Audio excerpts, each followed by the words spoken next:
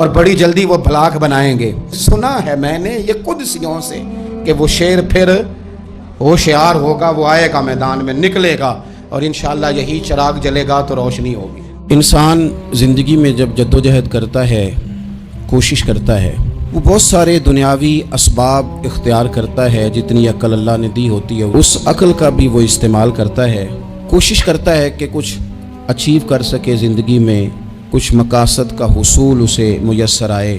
عزیز بھائیوں، ایک بات اپنے ذہن میں اچھی طرح بٹھا لیں اور لکھ لیں کہ زندگی میں جو کسی بندے کو کامیابی حاصل ہوتی ہے وہ رب تعالیٰ کی مدد سے حاصل ہوتی ہے۔ اگر رب تعالیٰ مددگار ہو تو پھر کوئی چیز بھی رستے میں رکاوٹ نہیں بنتی، اور اگر مالک کریم کو منظور نہ ہو تو انسان بہترین سیاستدان ہو، اچھا ایڈمنسٹریٹر ہو، اس کا ذہن بڑی وسعت رکھتا ہو، بڑی اچھی پلاننگ کرنا جانتا ہو، سارا کچھ ہو تو بندہ ناکام ہو جاتا ہے۔ مسلمانوں کو جتنی کامیابیاں ملیں ان کا پس منظر صرف اتنا تھا کہ اللہ تبارک و تعالیٰ نے اپنے بندوں کی مدد فرمائی، اور اب تعالیٰ نے قرآن مجید میں اس حقیقت کا بیان کیا، فرمایا بل اللہ مولاکم، فرمایا بلکہ اللہ تمہارا مولا ہے، وَهُوَ خَيْرُ النَّاصِرِينَ، اور وہ بہترین مددگار ہے۔ وہ جو رب تمہارا مولا ہے وہ بہترین مددگار ہے، اور اگر وہ مدد کرے تمہاری، سورہ آل عمران میں آگے جا کے ارشاد فرمایا اگر اللہ مدد کرے تو پھر تم پر کوئی غالب نہیں آ سکتا، اور اگر وہ تمہاری مدد چھوڑ دے تو پھر کوئی تمہاری مدد کر سکتا، کوئی مدد نہیں کر سکتا۔ بدر کی جنگ بھی اور فتح مکہ بھی رمضان المبارک میں ہوا ہے۔ میں دونوں پر غور کر رہا تھا تو ایک نیا مضمون میرے ذہن میں آنے لگا۔ بدر کی جو جنگ ہے اس میں بھی ایک عجیب انقلاب آیا ہے کہ 313 نے 1000 سے مقابلہ کیا، اور جن 1000 سے مقابلہ کیا وہ اسلحے سے لیس تھے، اور یہ جو 313 ہیں ان کے پاس 6 زرہیں، 8 تلواریں، چند گھوڑے، لیکن اللہ نے کامیابی دی تو خود رب نے بیان کیا کس طرح دی، فرمایا وَلَقَدْ نَصَرَكُمُ اللَّهُ بِبَدْرٍ وَأَنْتُمْ أَذِلَّةٌ، وہ کامیابی اس طرح ملی ہے کہ رب نے تمہاری مدد کی تھی، تم تو کمزور تھے، اللہ نے بدر میں تمہاری مدد کی، تم جیت گئے۔ وَلَقَدْ نَصَرَكُمُ اللَّهُ بِبَدْرٍ وَأَنْتُمْ أَذِلَّةٌ، اللہ نے بدر میں تمہاری مدد کی، تم تو کمزور تھے۔ پھر فتح مکہ نصیب ہوئی تو اس میں بھی بہترین منصوبہ بندی نبی پاک علیہ السلام نے فرمائی، بہترین حکمت عملی حضور نے اپنائی، لیکن ہمیں جو اللہ رسول نے بات سمجھائی وہ کیا ہے؟ اذا جاء نصر اللہ والفتح، فرمایا جب اللہ کی مدد آئی اور فتح نصیب ہو گئی۔ یہ اللہ نے مدد فرمائی تمہاری، یہاں بھی فتح مکہ بھی اللہ کی مدد سے، جنگ بدر بھی اللہ کی مدد سے۔ وہ جو مدد ہے اللہ تعالیٰ کی، جب وہ ہم یہ کرتے ہیں کہ ہم اپنی ساری زندگی سیاست کی نظر کرتے ہیں، ہماری سیاست صرف ملک میں نہیں ہوتی، ہماری سیاست خاندان میں بھی ہوتی ہے، ہم گھر کے اندر بھی سیاست کرتے ہیں، ہم کسی خاص طریقے سے لوگوں کو اپنے پیچھے چلانا چاہتے ہیں، ہم ایک خاص اسلوب اختیار کرتے ہیں کہ لوگ ہمارے پیچھے چلیں۔ اس کا نقصان ہمیں یہ ہوتا ہے کہ سیاست جو ہوتی ہے یہ شطرنج کے ہیر پھیر کی طرح ہوتی ہے، تو اس کے راز بڑی جلدی کھلنے لگ جاتے ہیں، پتہ چل جاتا ہے کہ بندہ مخلص نہیں تھا، سیاست کر رہا تھا، طریقے سلیقے سے اس نے جوڑ کے رکھا ہوا تھا۔ ہم ہر جگہ سیاست کے بل بوتے پر چیزوں کو لے کے چلنا چاہتے ہیں، سیاستیں ناکام ہو جاتی ہیں، سیانے لوگ فیل ہو جاتے ہیں، بچتا صرف وہی ہے جس کے پیچھے رب تعالیٰ کی مدد شامل حال ہوتی ہے۔ اپنی زندگی کے اندر ہم جو کچھ بھی کر رہے ہیں، جس شعبے سے بھی ہمارا تعلق ہے، آج ہم نے اس بات پہ غور کرنا ہے کہ پہلے تو یہ غور کر لیں کہ جو کام ہم کر رہے ہیں کیا وہ کام ایسا ہے کہ اس میں اللہ کی مدد ہمیں ملے گی؟ اگر آپ کوئی معاذ اللہ ناجائز کام کر رہے ہیں، فعل حرام کا ارتکاب کر رہے ہیں تو اس میں تو مدد الہی آئے گی نہیں۔ پہلے تو یہ دیکھیں جو کر رہے ہیں وہ کام مدد الہی والا ہے، اور اگر اللہ تعالیٰ کی مدد والا وہ کام ہے پھر اس پر غور کریں کہ کیا ہم نے مالک سے مدد کا سوال کیا ہے، ہمیں مدد میسر آ رہی ہے۔ وہ میں نے بزرگوں سے ایک بات سنی تھی، وہ بڑی یاد رہ گئی۔ وہ فرمایا کرتے تھے قابلیت بھی بڑی چیز ہے لیکن قبولیت سب سے بڑی چیز ہے۔ قابل ہونا بھی بڑی بات ہے لیکن زیادہ بڑی بات یہ ہے کہ اس کی بارگاہ میں قبول بھی ہے کہ نہیں۔ اپنی زندگی میں اللہ کی مدد کی طرف بڑھیں، مالک کی مدد کا حصول اختیار کرنے کی کوشش کریں، اللہ کے ساتھ اپنے آپ کو جوڑیں۔